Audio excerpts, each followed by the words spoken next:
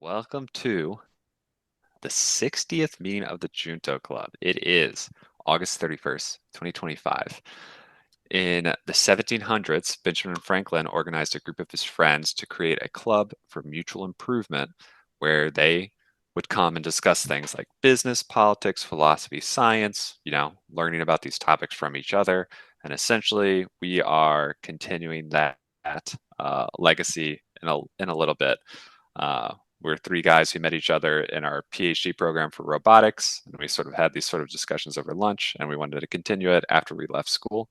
So that's what the Junto Club is. Usually, our flow is we have a quote that Shu brings that we discuss, and then after maybe some mini topics, we dive into our main topic of discussion. Today's topic is Valve Software and Gabe Newell. So the legendary gaming software company and the man, Gabe Newell, who owns and runs it. So we're going to learn a little bit more about him and the company. Uh, so that's what we have for you today. So, Shu, Sounds start us good. off with today's quote. Well, first of all, a legend that I never heard of, so it's good. It'd be Well, interesting. if you were involved in PC gaming or at all for sure, even general gaming, Hmm. you would certainly know of this company. Yeah. But you'll learn. I That's am not okay. a That's why we're gamer. here. I am not a gamer, but I have at least heard of this. Well, you see, not to get to dox Michael too much, but his brother's involved with working on video games, so he's much more into the industry. Now, you may be asking, how do two tech nerds not play games? It's kind of crazy. I don't know what's wrong with these people, but whatever. I'm like a traditional nerd. Like I enjoy the science. I don't like any sci-fi or anything else. Okay, okay. Yeah. We'll get into this later. We'll get into this later. Y'all will be educated today on the really important stuff. Don't worry. All right. It sounds So, good. Shu, quote. All right. Today's quote came from Lee Kuan Yew, which we actually did a podcast on a while ago. Basically, he was the founder, calling him the founder or the president of Singapore a long time ago. Anyways, the quote is the acid test of any political system is whether it helps the society to establish conditions which improve the standard of living for the majority of its people. End quote. I think it's pretty straightforward, and I think. And you guys, any thoughts on its any So, thoughts on this one? I so have thoughts, but I'll let Michael go first because I feel like I ran about quotes more. well, no. I mean, I honestly don't have a ton of thoughts. I mean, it just says like the acid test of any Any society. any political system. Oh, any political system is improving the standard of living for the majority. Mm-hmm. Okay. Yeah. I mean, yeah, I guess basically, if the government's role is to create as stable and beneficial society for as many people as possible, I guess that makes sense. You know, you want to continually raise the standard of living for as many people as possible. So, um, yeah. So I guess it makes What sense. about That's how you view what about government. what about equity, justice, or that kind of liberty and stuff like that that American always champions about? Yeah. No, well, I mean, yeah, I mean, I don't necessarily think that this is is directly applicable to America, but I mean, I guess it's how you view the role of government, right? Or the role of political systems. Like, is it meant to just move the sort of base of the majority up, or is it meant for something else? So, All right, Matt. uh, Yeah, I mean it's kind of just like a straightforward utilitarian view of like how to evaluate a political system, right? Like it's not about the principles and ideals are less important than like the pragmatic results of, the political system and its implementation. I think a lot of times when you get into this sort of thing, if you say, oh, so liberty and justice doesn't matter, what matters, is what this is saying.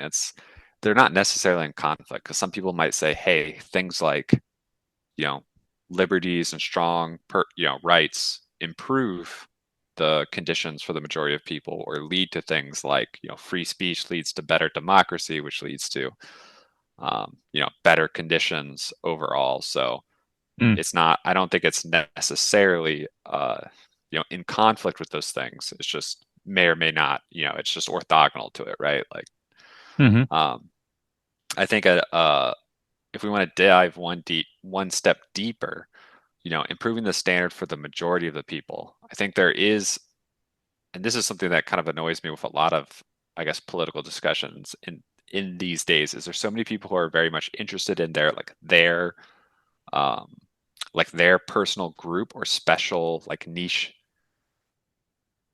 cause, trying to basically say we want benefits for us, right? Like we need, hmm XYZ workers, or it's like teachers or nurses or first-time parents or first-time home buyers or seniors or veterans or blah, blah, blah. There's so many groups fighting to try to enrich just their group as like a hmm political activist thing, rather than saying like, what's the system that really benefits people overall, just like makes a better fundamental system.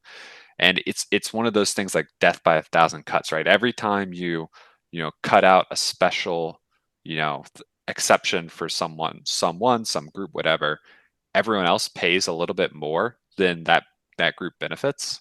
hmm And it's subtle, but when you do it a thousand times, it adds a lot of weight. The better result for everyone is a more sort of even, fair system. I think brings you a better, overall outcome. It's basically like a prisoner's dilemma type situation, right? Like if everyone hmm plays fair, everyone benefits. But when each group is fighting, you know, fighting the political ring for their own individual, advantages, if you don't do it, then you end up behind, right? So, mm. um, I mean, Yeah, Lee Kuan Yew was like pseudo dictator, right?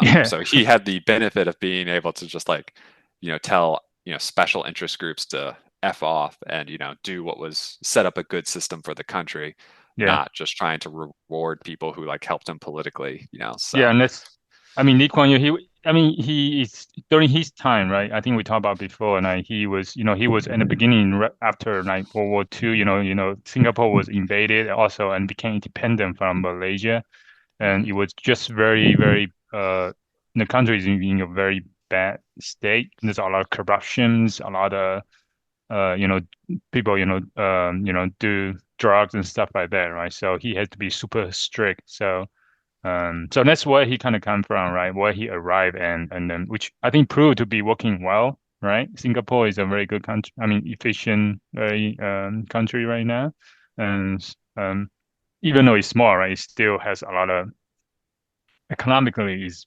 well doing very well, right? So mhm. he definitely laid a foundation for that, and then so yeah, actually, Matt, you actually brought out, I think what you say something, the word you use is the pragmatic. I think that's exactly what Lee Kuan Yew was coming from. Like, it doesn't matter what kind of ideology, it is, what kind of political system could be authoritarian, could be, like Saudi has a, king or something that is in charge, right? So Mhm. totalitarian. So what he really is like, oh, it doesn't really what kind of political ideology is more about pragmatic, right? So what actually practically, what actually does it actually improve the system as a whole, right? So Mhm.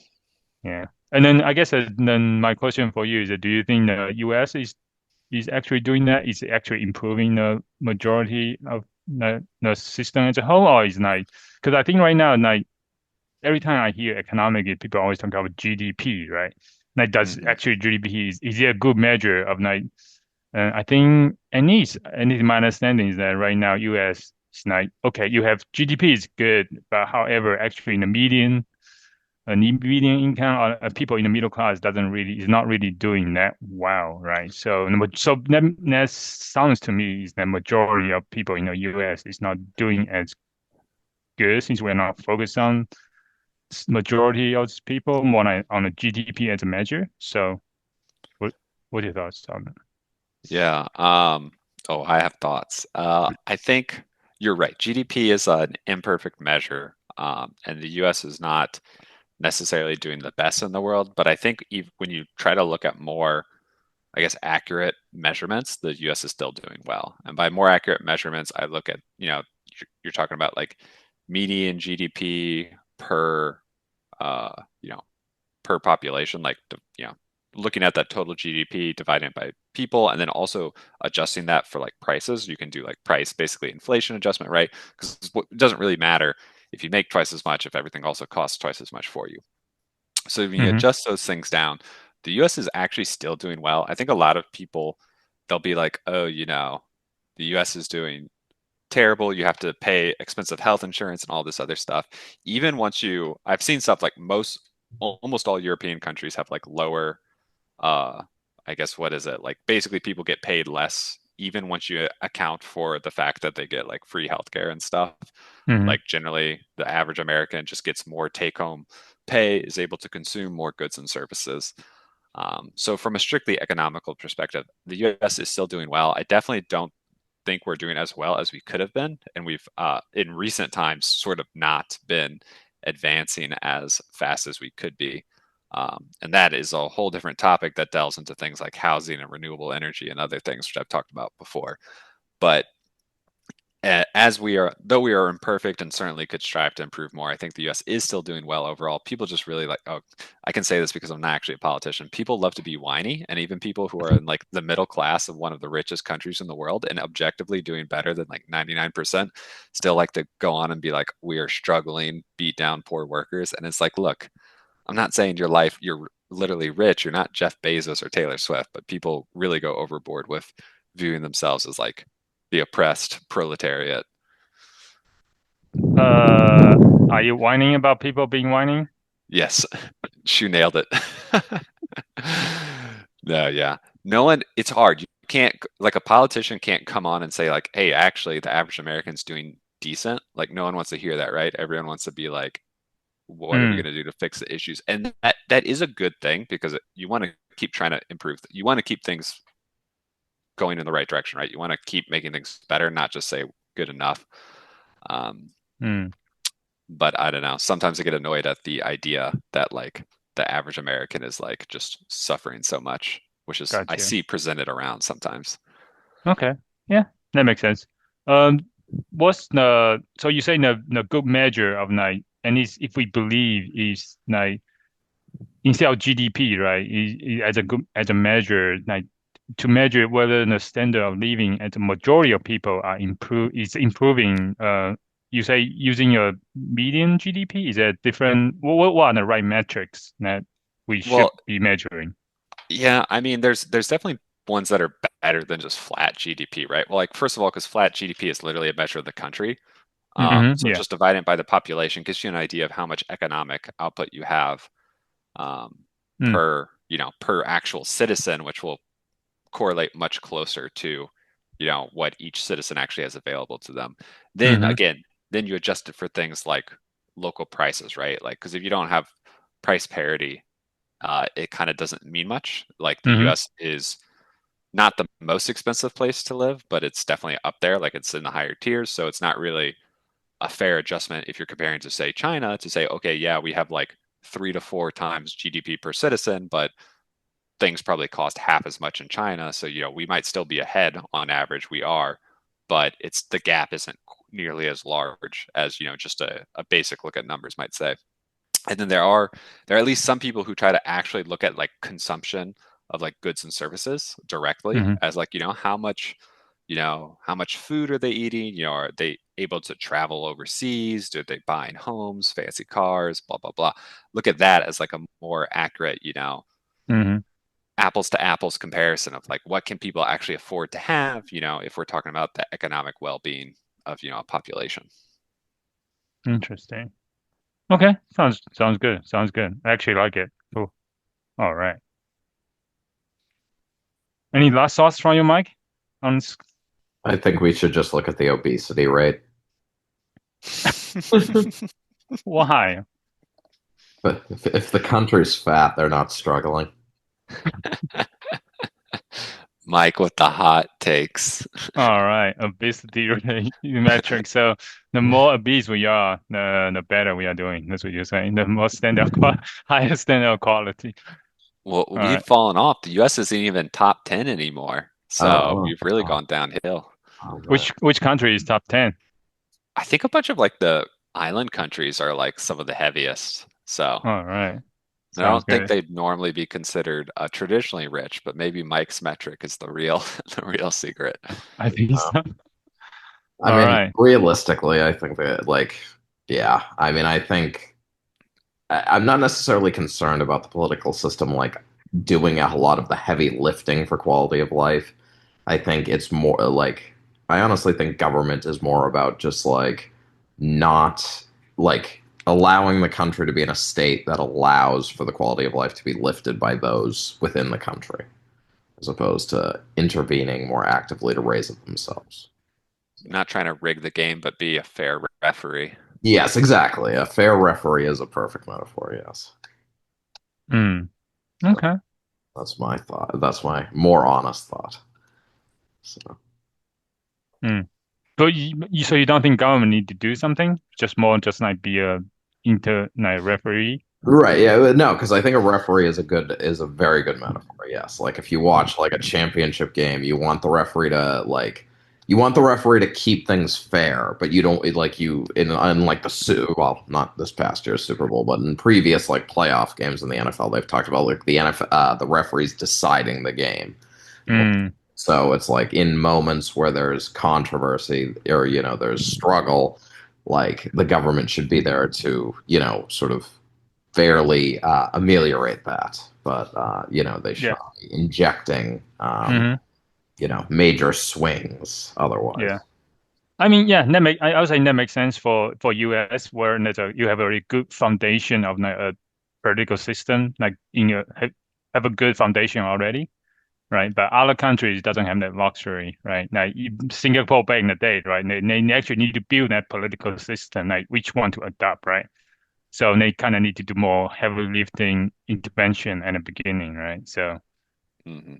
yeah, That is fair. okay, sounds good. Yeah, I guess the point is not what the political government should do is like this quote is about an acid test of any political system, right? Is actually to focus on the metrics, not focus on like what should government should do, Mhm. right? So I just want to, as a final thought, it's like it doesn't matter what kind of government, like if the intervening or being the referee or not, right? Then those are we I think we are falling into an ideology of like opinions of like what do you call that?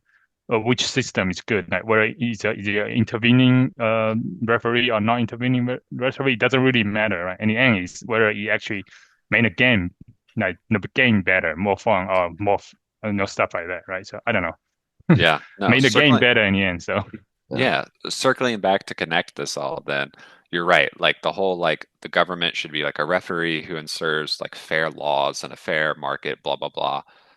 That's an ideology. Why is it good? Why should we go along with that? Well, I would say in most of the cases we can see that wealth isn't created by government primarily, it's created by a strong economy of like private individuals and private companies pursuing mm, their own, pursuing profit on their own, but cooperating, within the market together. Um, but as kind of Shu brought up, like those conditions aren't universal, and there's some places where more or less government intervention, might have been important to, you know, get you to some state you need be uh, to, to get to that point where that's a productive thing. But overall, the ideology that Michael mentioned, which I basically agree with too, I think has proven to be has proven to be pragmatic, right? Like it works in practice. I would say almost every rich country kind of basically did it that way, right? Except for the countries that, just happen to sit on a bunch of resources that their government, owns. That's which is a luck factor, right? But like the hmm. countries that built economies of like industry, technology and stuff, that wasn't built directly by the government. That was primarily developed by private industry. And that needs a, quote unquote fair market, a fair sports field to function well. All right, let's get into the main topic then.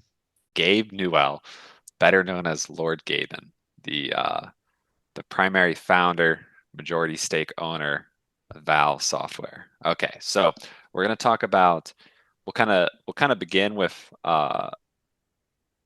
his kind of story initially, and then we'll kind of switch to focusing more on Valve itself because it kind of seems like he became a little more hands off. But I'll wrap up by trying to identify some of the points that at least Valve seems to, be consistent in doing, and how that could potentially has led to their success. But so, Valve was first originally a gaming company that basically put out a bunch of legendary games and then kind of transitioned now to almost never making games and is primarily a distribution company, the owner of the Steam, which is basically what 80 to 90% of like PC games get sold and run off Steam itself. So it's just Steam is a system that where you can have a library of games, you can have friends and other tools. And I would list out the super legendary games that Valve made, like Half-Life and Team Fortress 2, Portal, Counter-Strike, Dota. You guys don't know what they are because this is sad to talk to you guys about. But Well, anyway. I know from our lunches what they are, but yes. Okay, so all right, let's go. Gabe Newell, a young Gabe Newell. Apparently, he was interested in computers. He was born in like the 60s. I don't know. I don't have his exact year. Not that important. He was interested in computers. He went to Harvard for 3 years before dropping out and joining Microsoft. And the story about how he got to Microsoft is apparently a little interesting. He had a brother working there, and essentially he went hang out with his brother for a few months and just was kind of messing around and working in the Microsoft office. And eventually they're like, why don't we just give you a job and you can drop out of college of Harvard? And that's what he did. So Gabe Newell as is another one of these multi-billionaire, Ivy League dropout tech people, up there with Mm. the many others. So apparently, if you want to be rich, you need to go to a very expensive college and then drop out before you get your degree. Yep. Um, It's all about like people you know. he became the 271st Microsoft employee in 1983. So he was Which pretty employee? early. Microsoft, Yeah, yeah. Which what was his number? 271. 271? Yeah. So he wasn't Okay. like part of the original team that like made DOS and stuff, but he got in early and he helped work on Windows. So he helped build Windows 1.0 then, and which obviously started a whole thing. And he became one of what they call the Microsoft millionaires when Microsoft went public, and a lot of their developers and engineers were given shares that went up in value quite a lot. So, so that's kind of where he got his start and where he kind of learned a lot of his technical skills. And around this time, apparently after he made Windows, he became a big fan of Doom. So he got Doom, which was a PC game, Hmm. and he became a really big fan of it, started bringing it in to the office, and actually helped port it to Windows. Actually, he became part of the team because at that time Windows was brand new. There were no video games running on Windows essentially. So he was a big proponent of video games. He helped do this process where he ported the game over. And if you know, Windows is now basically the operating system for video games. You can play some games on Mac. There's even less support for Linux. Generally, people who play video games just get Windows. So to that start to this day maintains that for PC gaming, that's where you want to be used. And then in 1996, he left Microsoft with some other employees to make their first game known as Half-Life. So essentially, he and some of his other Microsoft millionaires decided to invest in starting a game company. That was Valve. So What with is that, sorry, what is Half-Life? Half-Life was Valve's first game, and it was what you could call an extreme success, very Hmm. popular with fans, high critical acclaim. So it was, in some ways, it was like Doom. It's a single player shooter where you kind of go through levels, but they Hmm. had a really good narrative and they had a really good, I guess, they did a really good job of making the world feel realistic and giving it like a living feel to some degree. Hmm. So Gabe actually, he was considered the ambitious dreamer of the project, and he had these various opinions like every 3 to 5 seconds, if you're walking forward, something has to happen. Now, this is Mm. early days of games, so this could be like a hidden enemy, it could be like a scripted event, it could be like sounds in the environment or things. But the philosophy was if the player's standing still, the universe can be quiet. That's okay, right? Players can stop, but if they're going forward, stuff must happen. And he had this concept that he calls reinforcement, which is the environment must acknowledge your existence. Mm. When you do something, the game has to respond back. So this is like very simple. Like if you shoot a wall, it needs to at least have, say, like bullet holes, like marks displayed on the wall showing you shot it. But more pragmatically, as much as possible, there should be things like destruction. You should be able to you know, interact with objects like real objects and have things. There's like this silly example that became kind of a meme where there's like a microwave at like an office, and if you click like the interact button, it like heats something up that like explodes, and then someone else in the lab, like yells at you. Like this is just like a little hidden Easter egg, right? Like if you just walked by and never pressed the microwave, it would never, nothing would ever happen. It doesn't Ah, impact the game, but little details like that were left all throughout it. Um, so nice. anyway, they're working on Half-Life, and I think one of the interesting things about it is this is their first game, right? So apparently they basically worked on it for a year. They had a draft where people had been building different levels and different pieces, and they finally combined everything, and then it sucked. It absolutely sucked. They were like, this is terrible. So they pushed it back like 3 times, just basically remake the game entirely. Because Gabe Newell has a philosophy that late is just for a little while, suck is forever. So his I like it. philosophy was basically they decided to delay the game till it was good. And this was a big risk, right? Because this was their company's first game that like Gabe and some other people were largely privately funding it. But they didn't have unlimited money, right? Hmm. So this was basically a big risk, but they decided to push back as much as they could, got the game out, and it was a huge success. So in that instant, that was the beginning. Um, and So, one of the, oh, sorry. so how long did it take it? You say how long did it take to get a game to be released? I think they basically made it in like 2 to 3 years. So it Hmm. wasn't like it wasn't super long. Like games these days take way longer. Oh, But really? Oh. um for compared to now, that's fast. But essentially they had already had advertisements and announced the game coming out and delayed it, like kept delaying it by a few months at a time for like Mm, almost a year. mm. So it was, there was Gotcha. some diciness, and they were working with a publisher who had Hmm. was already working to like release the game and sell it in stores and stuff because this was back in the day. um, so there was definitely risk that things go awry. Mm, um, so yeah, so that's one of the important points which we'll bring up later, but they went with the philosophy of they'd rather make it good than get something out, right? This is in contrast to, I know we talked about NVIDIA once and how NVIDIA, will say we're just going to cut progress on the next graphics card. We're going hmm. to say like get out what you have, and then we'll continue iterating and Yeah. building the future thing. So I think a lot of these philosophies depends on the industry and what you're doing, right? What will Hmm. really work. So when it comes to the gaming world, I think often there's more than the Valve's not the only one who's very successful and kind of known as a joke for being very slow about things, Mm, taking their time. There have been a few examples of games that sort of came out bad and then continued to update and improve and iterate on, but that is, I think, more the exception. yeah. Matt, I will Yeah. say, when it comes to video games, though, because certainly, like back then, like back when they released Half-Life, it would have been impossible to update. So, like, it makes sense, like that suck is forever. I guess now, where it's like so commonplace for like stuff to just be put out with bugs and then to update, like, do you see, like, I mean, I know, like, that sort of shift could be gradual, where it's like if it sucks initially, like, that it seems to stick pretty much still. But, like, do you think video games could go to, more in the direction of, like, people being a bit more forgiving with V1 and then, like, subsequent versions being better? I mean, you're absolutely right. And I think we have seen that shift some.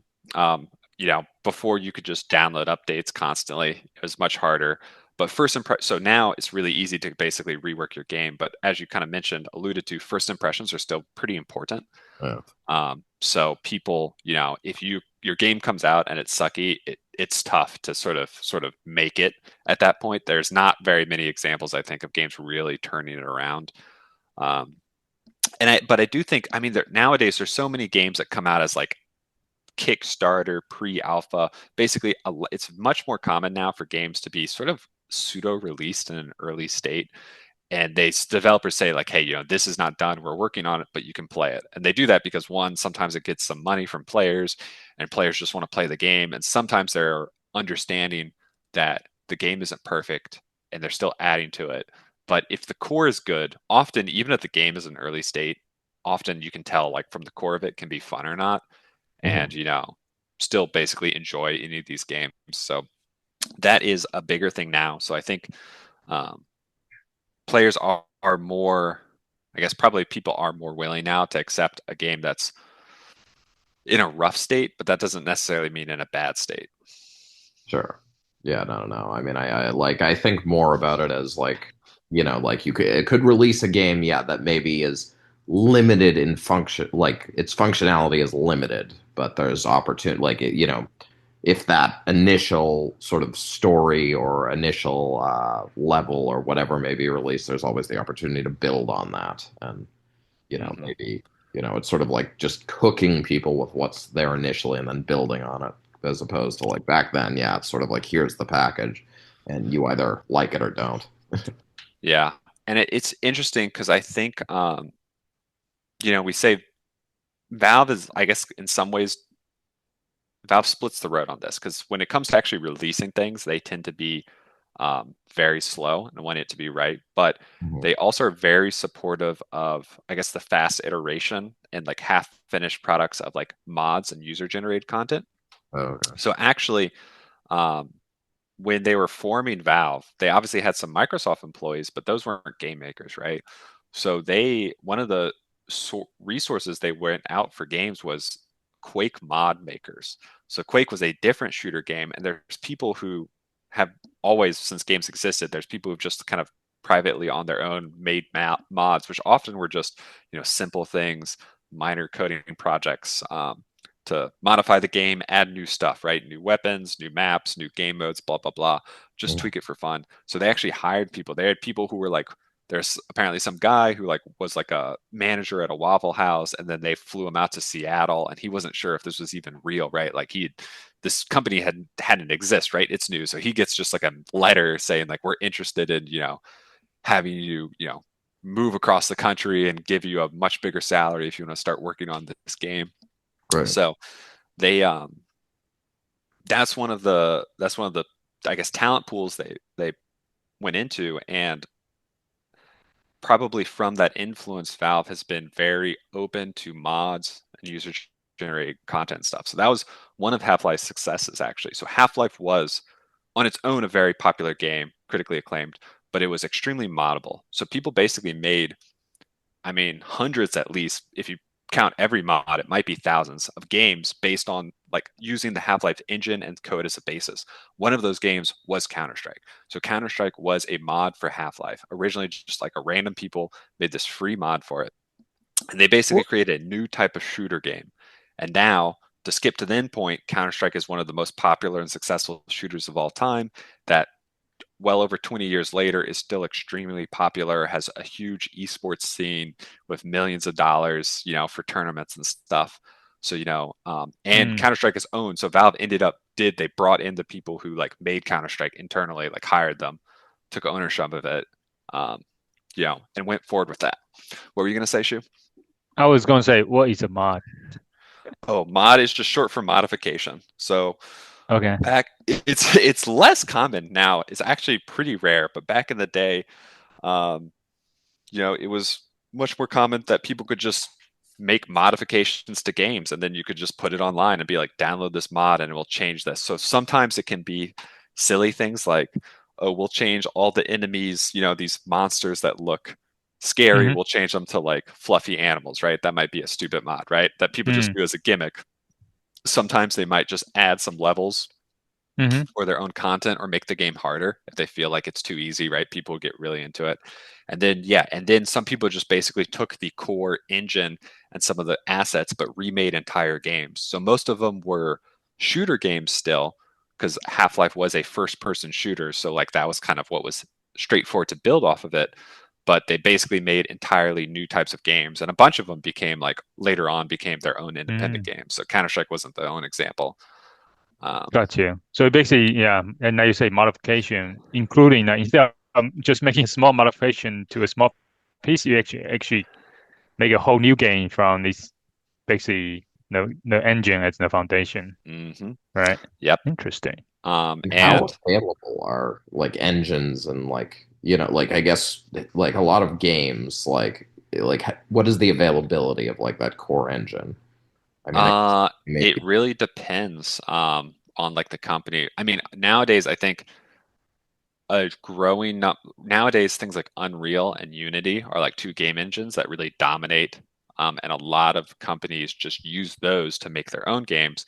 So if people want to make, and I think both of those are sort of for free for like small, independent use, right? If you're not making a lot of money, they'll basically just say, yeah, whatever, you can use our engine.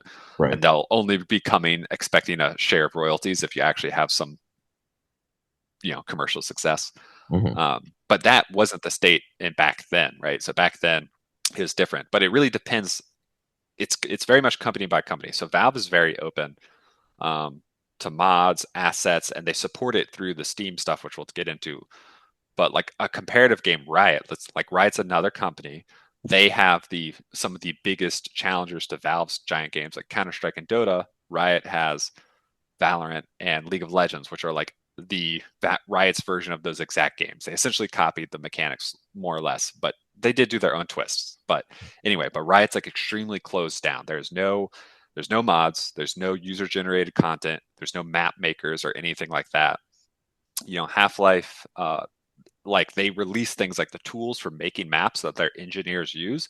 They release it for free so people can like edit maps and develop things with the same tools that their employees use. So they are very supportive of it, and other people aren't. Uh, Stupid question. What is map?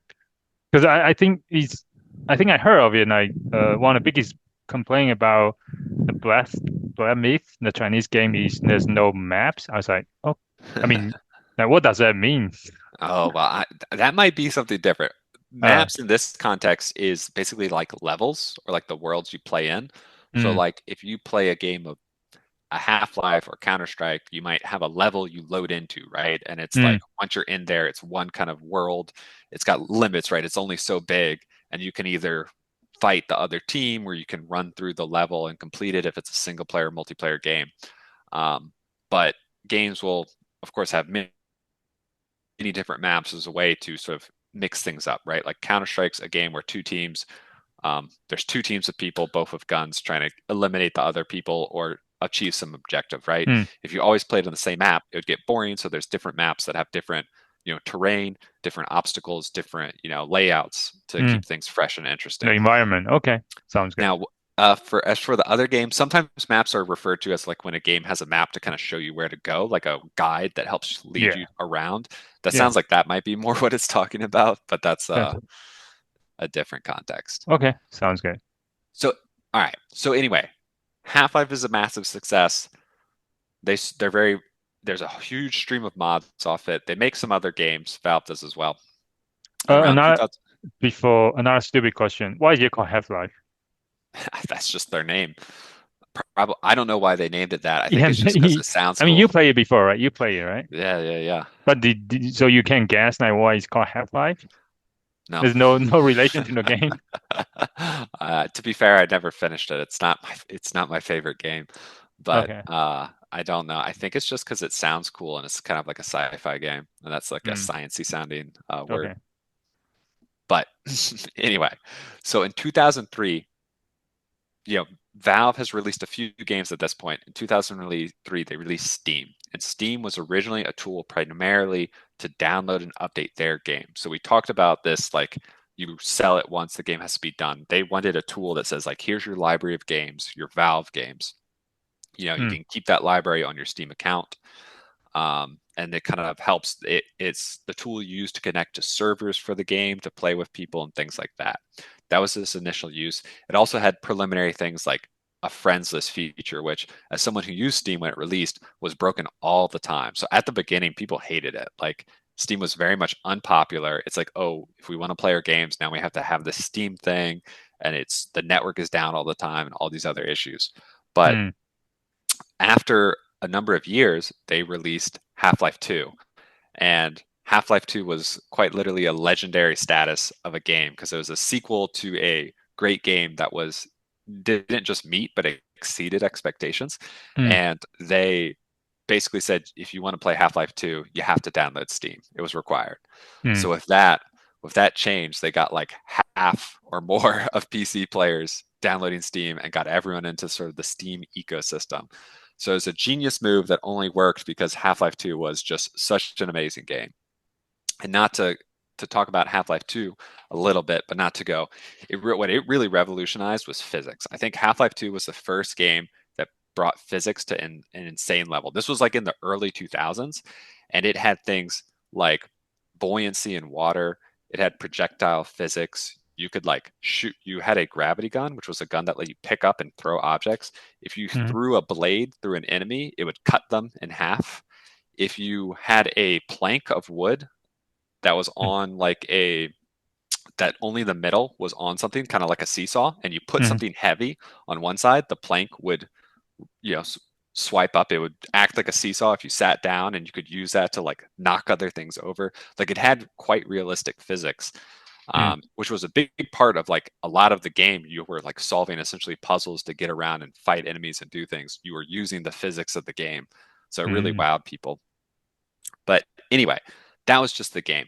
But the big thing again is it really got Steam in as sort of a thing that a lot of people started to have.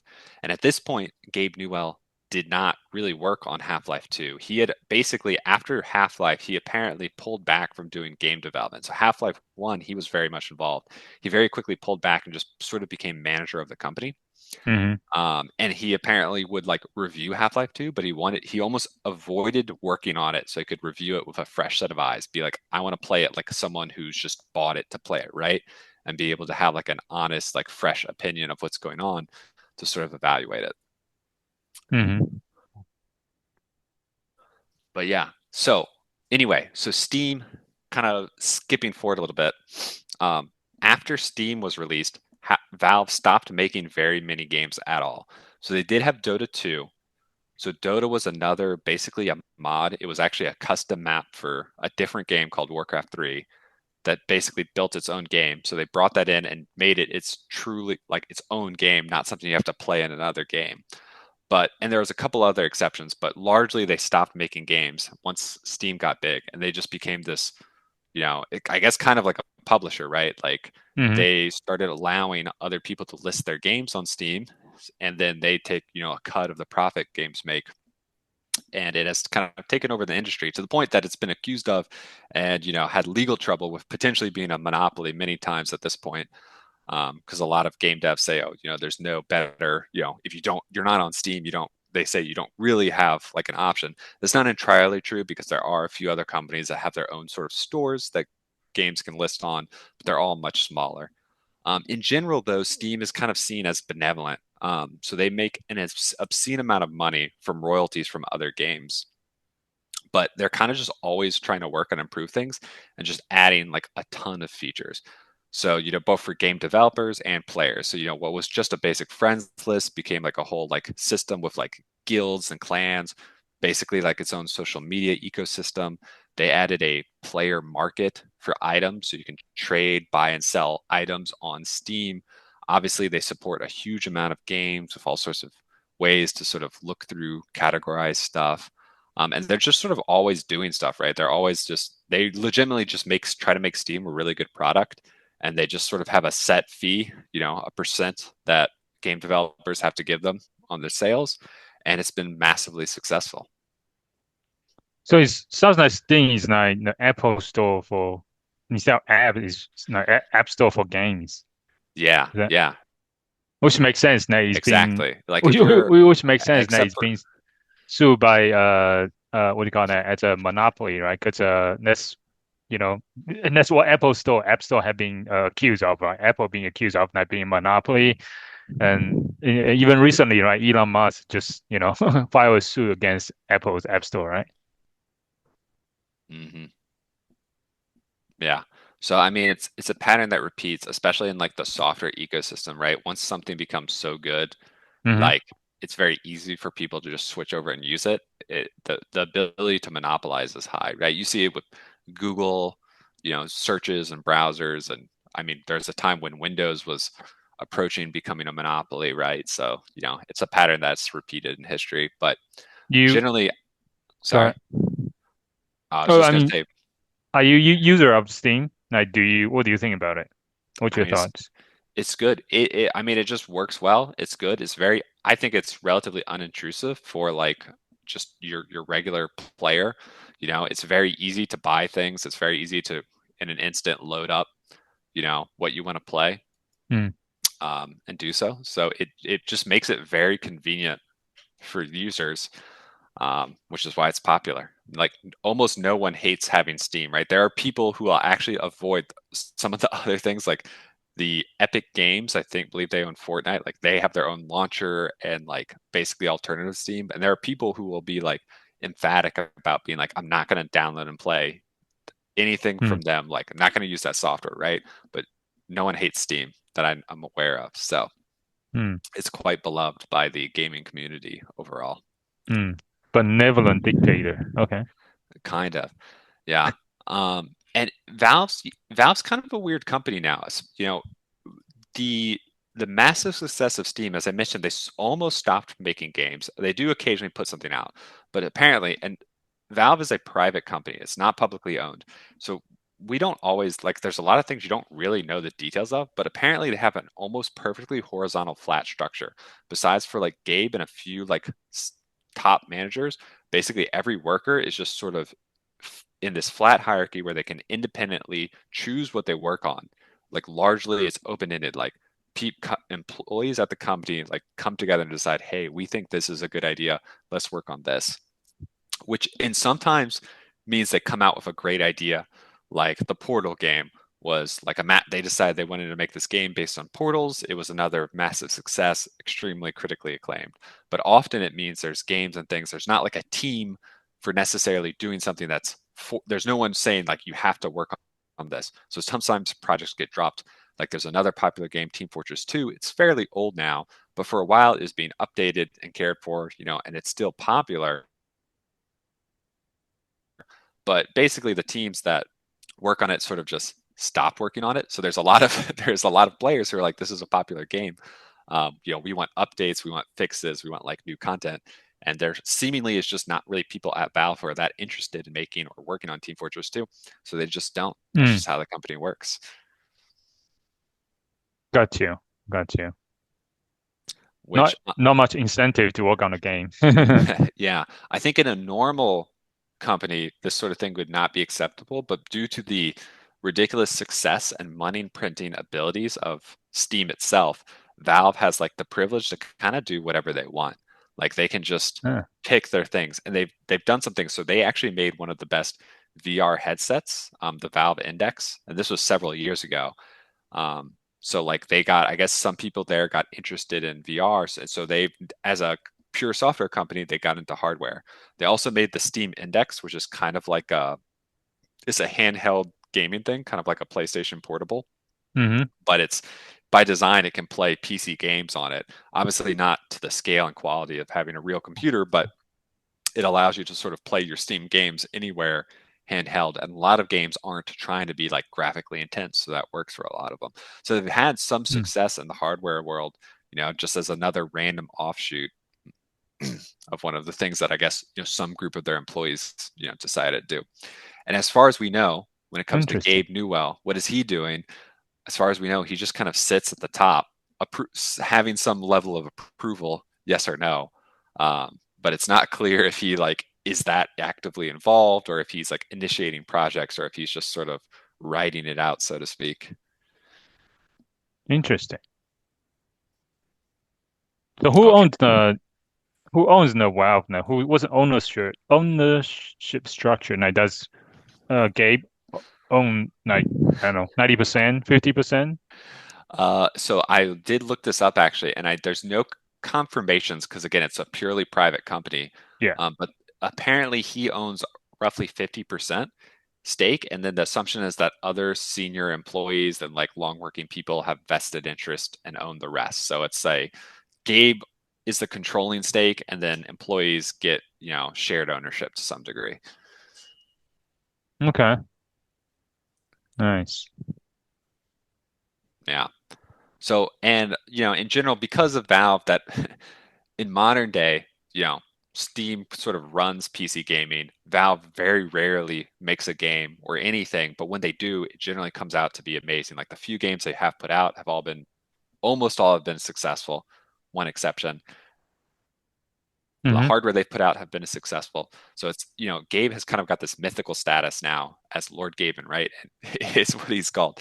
And a lot of people view this private ownership as the real key, because at least this is your common gamer opinion. So this is not necessarily, I'm not saying this is accurate, but they say, they look at other game companies where they're just very clearly chasing profit, right? They will do Mm-hmm. things to try to just get people to pay 10 more bucks or whatever they Mm. can do to get more profit, because they're like, oh, this is like, the investors want bigger return every Yeah. quarter. It's like an unsustainable short-term, view.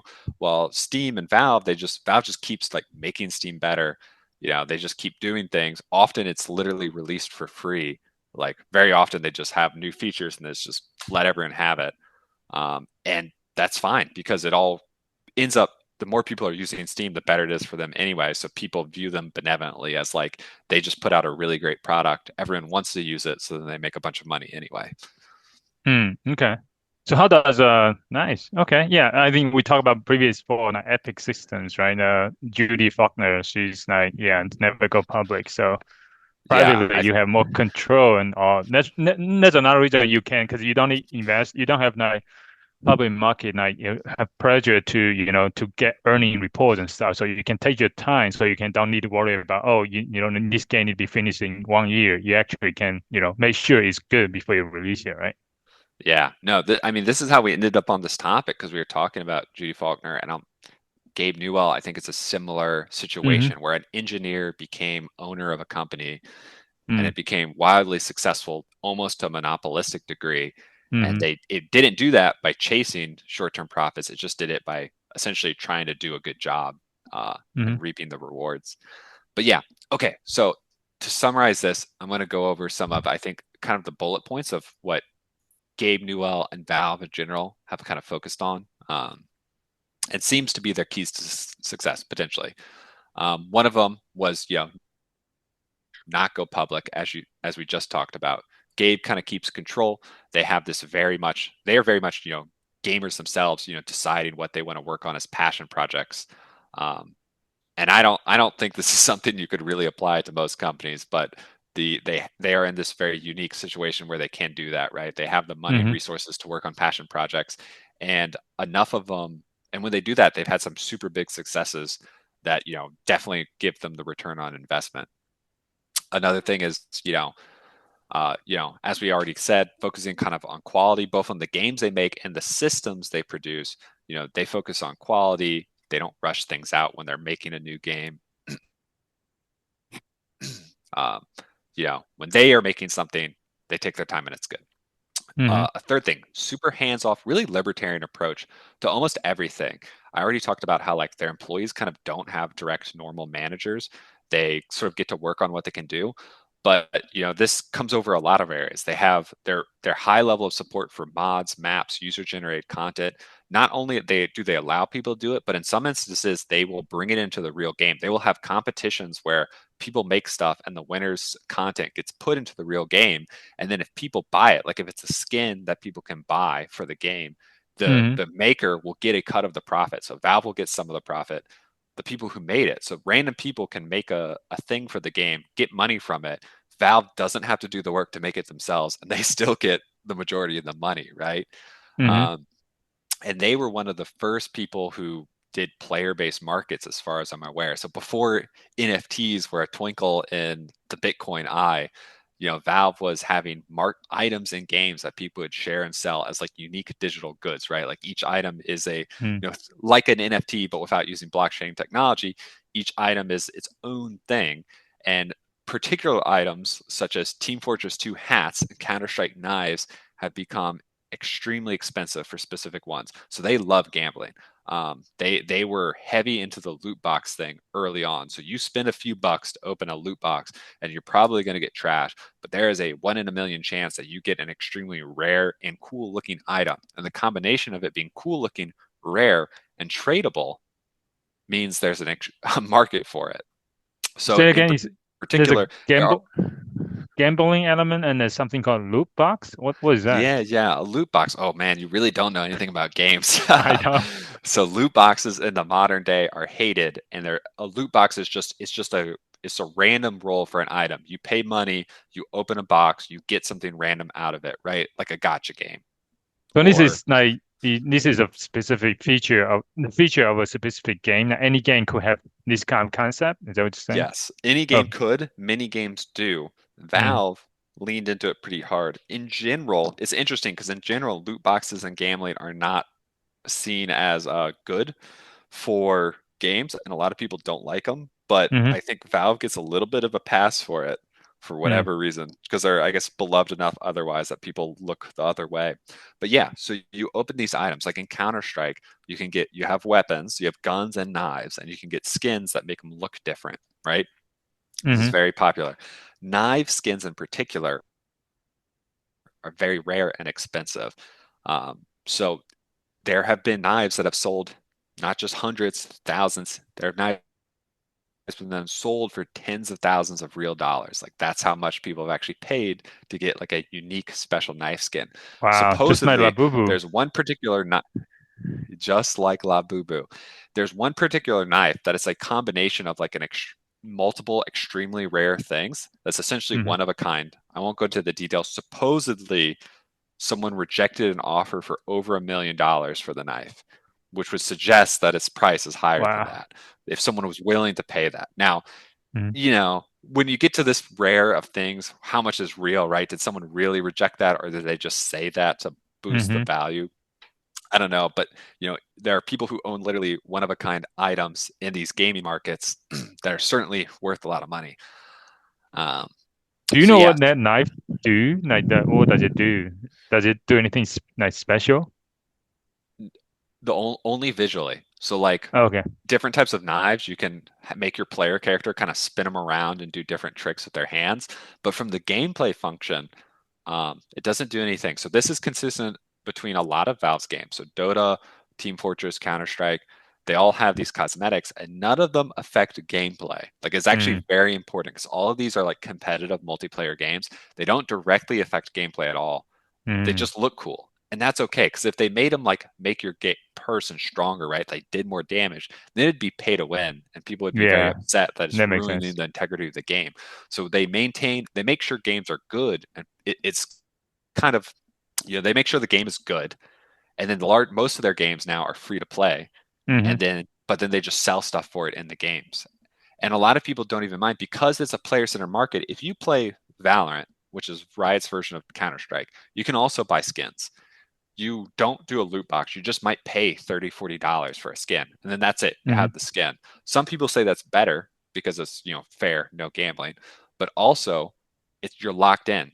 If you pay for money for skins in Counter-Strike, once you're done, you can sell them. You can sell them, and potentially you make money off it, right? It's a mm-hmm. market over time. Prices are changing, but as long as the game's popular, there's a good chance you can at least get your money back, if not actually make some money off of it. So it really changes. It's a very different kind of approach for, what does it mean to have like a cool skin, right? Mm-hmm. Um, Different people value it different ways. So, Nice. Okay. Yeah, it's good. I learned something new. all right, and Loot box. the last key, loot boxes. Oh my gosh, can't believe you didn't know. The last key to Valve's success is they cannot count to three. They're legally not allowed. So they have What they does have that mean?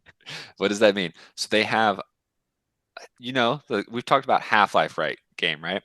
Legendary Yes. game. They released Half-Life 2. They've never released Half-Life 3. Team Fortress was a super popular game. They released Team Fortress 2. Never Mm-hmm. made 3. Dota, they made Dota 2. Never going to release Dota 3 because they just keep updating it. Portal, an extremely successful game. They made a sequel, Portal 2. Never made a Portal 3. Left 4 Dead, another popular game they made. They made a Left 4 Dead 2. Haven't made a Left 4 Dead 3. Counter-Strike, recently they released Counter-Strike 2. And this is kind of stupid because it's actually the fourth version of Counter-Strike. There was the original Counter-Strike Source, Counter-Strike Global Offensive, and now Counter-Strike 2. And it's not going to be 3. And to the point, they have not released Half-Life 3. This is like a thing everyone's waiting for. But they did decide to release some like extensions for Half-Life where they added like some extra missions and like a little bit of extra content. So they called it Half-Life 2 Episode 1, and then they made Half-Life 2 Episode 2, and then they didn't make Half-Life 2 Episode 3. So it's a running joke that they just literally will refuse to do the third. And they've had a lot of success with sequels, right? It's very common Yes. for sequels to not do well. They've been extremely successful with sequels and then just never have made like a third version. So it sounds like just semantic. They do three, and they just don't call it three. Maybe a little bit, but But fundamentally, so I'm curious about why though. Like why never count to three? Like why never count to three as a principle of philosophy, right? Well, what's the reasoning behind that? I don't. So the truth is, no one knows. There may not be any reasoning at all. It could just be entirely random. If I Mm, had to speculate, I think it would be a combination of two things. One is the sort of employees can do whatever they want. How many people are interested? Like, just do people just get tired and say, "Oh, we've already made like the game, and then we made a sequel that built and extended it. Like, do we really want to keep doing that, or do we want to move on mm, to other things?" And the other aspect I think is just kind of like expectations, right? Like Half-Life was highly successful. Half-Life 2 raised the bar and kind of wowed people. And mm, Half-Life 3, the expectations were crazy. And now it's also been a really long time. Like mm, Half-Life 2 was, God, almost 20 years ago, more than mm, 20 years ago. Like it's been a while. Um, so there's insane expectations. So you have to imagine people being like, do we actually, like, how could we possibly live up to making Half-Life 3? What could we mm. do that would be good enough to sort of count? And I can't imagine what it would be. So I think they just say, screw it, we're just going to go do other things. Okay, yeah, that makes sense. That makes sense, right? Like a lot of our games that just keep making sequels, right? So yeah, like what's the version of Final Fantasy we have now? What's the number?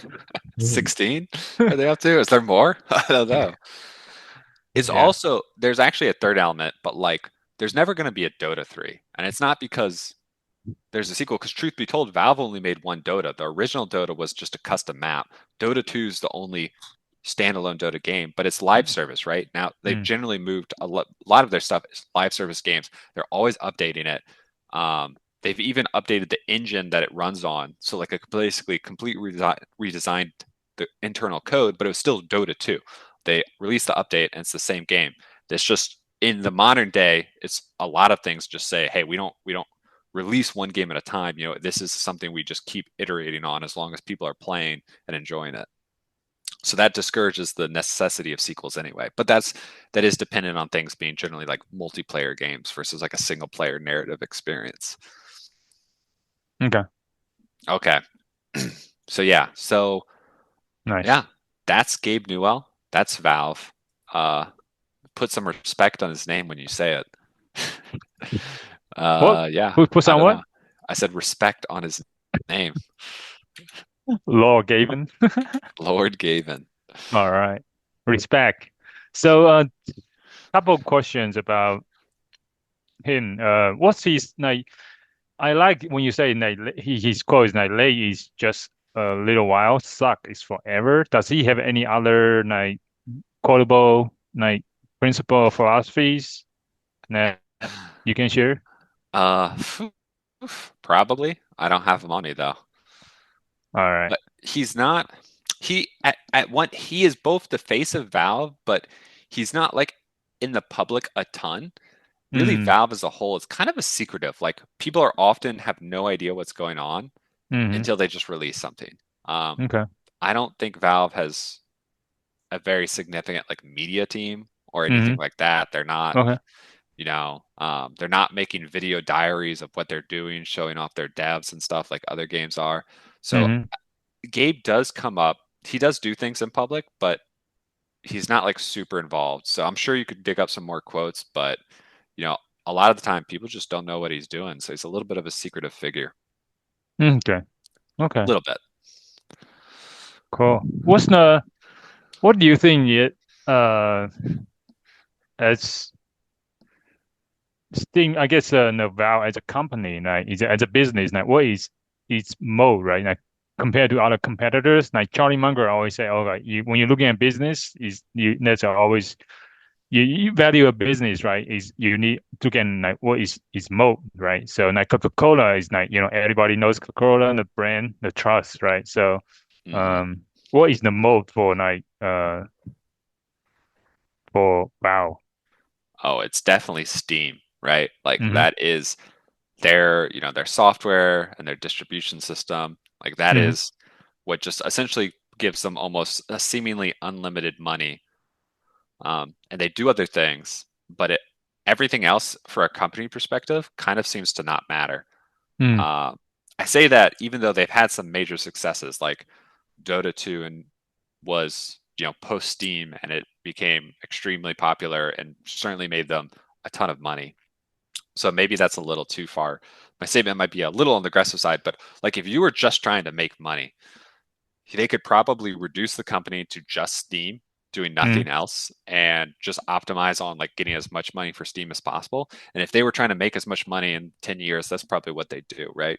But Mm-hmm. because it's a company that's basically owned and controlled by someone who just like likes video games, right? They're fundamentally gamers. They take those resources and they are able to apply them to these other projects and ideas, um, which sometimes are successful, sometimes not. But that's one of the things I do. And I mean, it's not like Gabe cares. He's still a billionaire who's super rich. So it's not like he needs more money to really do anything he wants to do.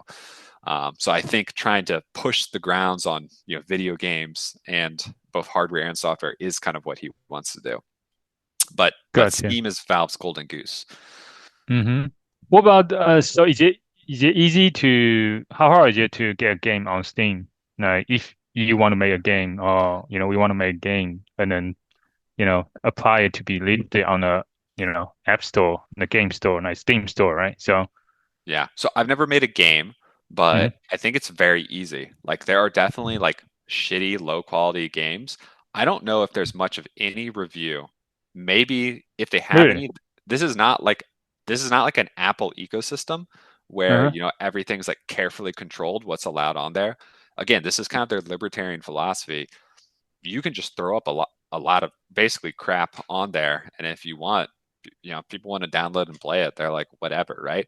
Like I said, they allow user generated content for even their official games. Hell, I don't think they do it as much as more, but back in the day, you have something called sprays in video games. A spray is just the ability to apply an image to the wall of the level you're in. They used to let you spray any image you want in Hmm. public games with other people in there, and other people would see it. I don't have to give you ideas what kids, teenagers, and demented people online might spray for other people in their public games to see, right? Hmm. um, Gotcha. Similarly, they just let you change your name to whatever you want. There's not like an account. Well, you have a number, right, that links your account, but there's not like a set name that has to be approved. You can just change your name to say anything. So Hmm. they have this extremely libertarian kind of view, really, on everything. And that extends to, I think, just basically like it's not difficult to get a game on Steam if you want. You just when people buy it on Steam, Steam takes some of the money and gives you the rest. So they don't care. Gotcha. Okay. What about the yeah? One question is I guess in the competition, right? You, Earlier you mentioned that like a lot of people when in like Epic Games they have something similar, but nobody want to use it, right? Is that I think that was your comment, right? It was, and that's to be I guess fair. like, well, yeah, I'm wondering that why though? Why? I mean, nobody want to use they rather want to use Steam instead of like they don't want to use the other like competitor like Epic Games stuff. I think a lot of it is honestly just trust and familiarity. I have Mm-hmm. heard some rumors of like the Epic Games software being like spyware and Mm, stuff. Um, but I've never seen anything to like really substantiate that. I mean, and I say no one wants to use it. Epic Games is what is Fortnite's run on, so it's clearly a lot of people use it, right? They have some popular games, but it doesn't seem to have gone past that.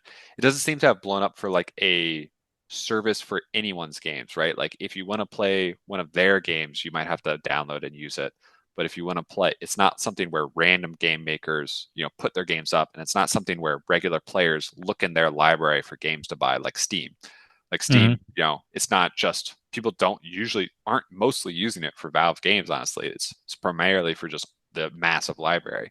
Well, a lot of these other things, because Blizzard, Riot, Epic Games, they all have their own launcher, and in some cases, like allow other games to be on it. It's just not something that many people use.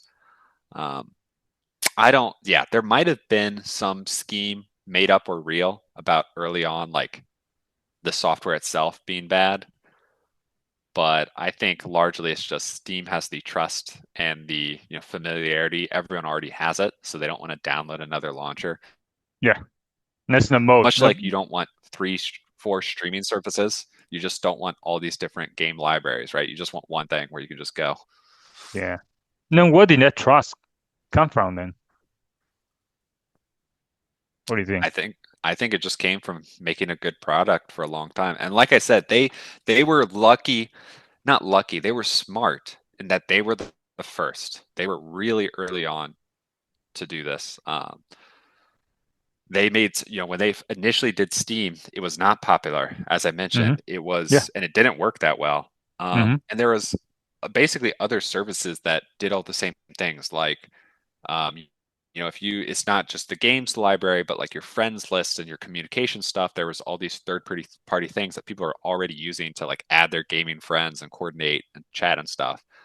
Um, and it took Steam a while to get good. It took it a little bit, but Hmm. since they got in early, they made a good product. Everyone got used to it, and it became the default. Gotcha. Any my curious, like, what's the origin story of that? Like, did Gabe just got lucky, or was like, is that did he not actually start like have a vision of strategic thinking that, oh, this is where things gonna be in the future, and then yeah. I, I don't know. So all Mm, I know is initially it was just for their games. And I mm, don't know. And then later they started allowing other games on it. And it's not clear to me if that was like always their intention and that was like, yeah, the vision, or if it's just sort of once they had it, they were like, why don't we just, allow other games and sort of just it is a natural evolution of the idea, right? If you mm, already have the system working, allow other game developers to use it for a mm. slice of their money. Um, it's a natural idea, so Okay, but it's not clear if they were thinking that far forward when they originally started making it. got you. Okay, in some ways, like lucky, and then try to solve their own problem a little bit, maybe Maybe. distribution. Yeah, more control of the distribution. Okay. I mean, a few weeks ago, like maybe a couple months ago, I talked to my cousin, and he was mentioning something about indie game. He was actually as a one a mod for the indie games. Hmm. Actually, I never really heard of indie games like before. So I Mm. guess maybe the Steam that gave rise to indie games. Sounds. Yeah, it wouldn't say go as far to say as give rise to it, but Hmm. um I would say they're extremely supportive and have helped them grow a ton, right? Because Mm, indie games now it is, yeah, the go-to place. Indie games are just games where small people who aren't part of like official companies make games, right? Like a one person can make a game. You don't need a gaming studio and an official company and all that. And hmm. Steam provides a very straightforward and easy place not to just list it, for people to find it. It provides the servers that allow people to download your game and updates and managing things. That creates an account system that you can use to strap that, but it's not necessary. What's along with Fortnite? Already talked about Fortnite's not a Steam game. There's another game that's not on Steam. It's quite popular. It's Minecraft. Minecraft Hmm. was an indie game. Originally, it was just a one guy working on it. He would he would give out new patches to Minecraft on a forum. He would post with a download link, right? So Mm, that's Minecraft became obviously extremely successful because it was a in many ways a good game. But that you can imagine that that's the exception than the norm, right? Like you're not going to have people trolling forums for random people's download links to install stuff. That's Yeah, not a good idea, right? So Steam at least ensures you're getting like a real game, and makes the process much simpler. interesting. Okay. Um, Talking about Steam, you also remind me of Roblox. I mean, I never really used Roblox before, but my understanding that it actually is similar idea, but it's more like a lot of people just making their games and then sell it on there, and then it's mostly geared toward kids, right? Yeah, So is Roblox similar to Steam? yeah. I've Okay. so yeah, I've never played Roblox, but yeah, there seems to be. I think so. It's kind of like in the midway between Steam itself and their old games like Half-Life and Half-Life 2 because Mm, it's super moddable, right? Like Roblox was its own game and then they have tools that allow people to make a lot of games and other content in Roblox. oh. Um, so they kind of went with that user-generated content concept, Hmm. but you're doing it all within the game of Roblox. Um, so that's what I know about it. So I think it definitely adapts some ideas that Valve had spearheaded, right? And I think it's interesting that like Valve and Roblox, there are some companies that are super all in on this user-generated content as basically a value multiplier, right? If they Hmm. release, they can spend a lot of effort making a map, or they can release a tool that helps people make maps, and then random people will make hundreds or thousands of them, and the best ones will just naturally, like some of them are going to end up becoming good and popular. While again, there's other game companies like Riot, which are totally opposite, extremely closed door, walled garden, Apple style, and they're both successful. So if you're trying to extrapolate a single principle for success, it's difficult.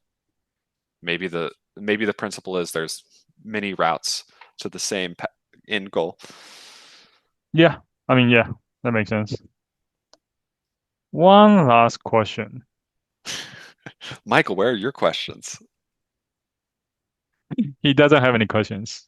Yes, you nailed it, Matt. So, is gaming like last question, putting back a little bit to the gaming industry and marketing in general, like, is gaming a good industry or like does it have a big market? Like if, for example, Mike want to get into gaming as an industry, try to start business in gaming, like is it a good market to enter? Is it good? What do you think? I see, I see. It's a good market on the grounds that it's accessible to get into. There's a Mm, high potential of profit. But those things also, that's kind of, there's two sides of that coin.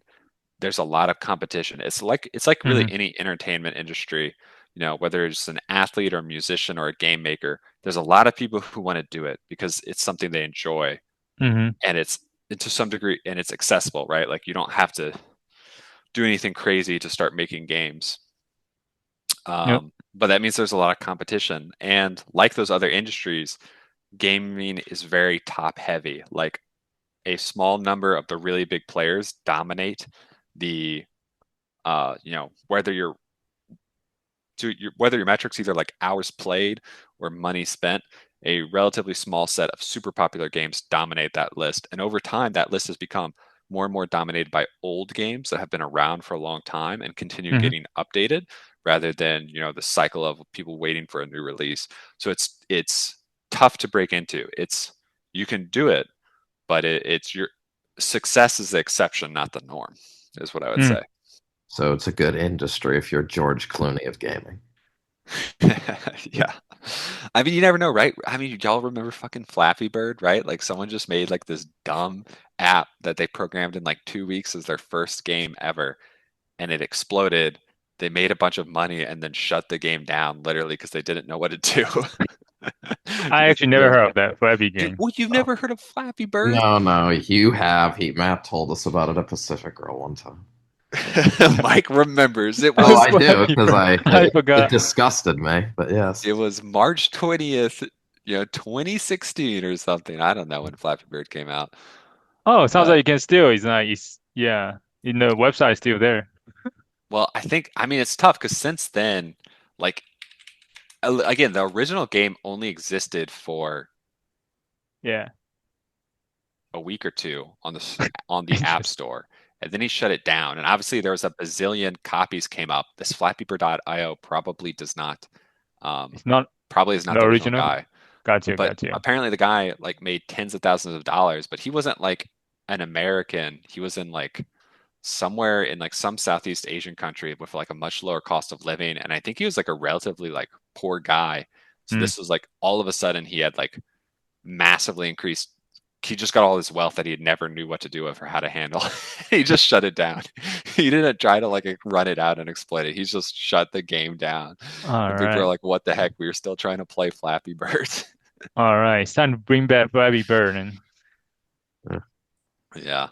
that's all how you right. break into entertainment. You should do a documentary on the Flappy Bird. Okay. Well, Gaming, well, the gaming industry sounds like very similar to the podcast industry. Yeah, well, that is true. it's Very easy all to the same. start, but what? Yeah, it's all the same. Easy to start, hard to really have success because everyone can. It's not like something where people are forced to use local options, so the Mm, profits are distributed. Like, there's no reason everyone can't play the same game or listen to the same podcast or whatever, right? mm-hmm, So success begets success because you can become popular and more people share. mm-hmm, I don't know. I've heard gaming described as lightning in a bottle, and that often seemingly what makes a great game, like it seems rare that people can truly design a great game from the get-go. It's often just sort of random that the way things happen to get built out makes something great, mm-hmm, and they just kind of get lucky and run with it. Uh, and there's people that speculate that you really can't guarantee that you're going to make a good game. I've mm. heard that exact phrase. Gotcha. So Cool. yeah, I probably wouldn't go into gaming. That's too risky for me. I'm more risk averse than that. Yeah. Makes sense. Sounds good. All right. I like it. Thank you. All right. Well, yep, that's Valve, Gabe Newell, some Mm-hmm. random tangents on gaming as a whole. Yeah. Yeah, no, I like I like the way that, approaching gaming as an industry, just talk about one person and his journey, even though you did not get really into Gabe's, what do you call it, personal life or evolution, right? Not focus on the person, right? So, but rather focus on the company, which is good too. So, Yeah. All right. Do we have an outro quote today, Shu? oh, yes, I do not. I I That's do okay. not. do Yes, I think I do not. Actually, I forgot. My bad. So. Okay. But I Well, think for the quote from Gabe is really good. Like, lay just for a little while, suck is forever. So I think that is good. Is a great outro quote. yes, everyone can brood on that for a little bit longer. Yeah. All right. All Well, right. that was the 60th episode of Junto Club. Hope everyone had fun.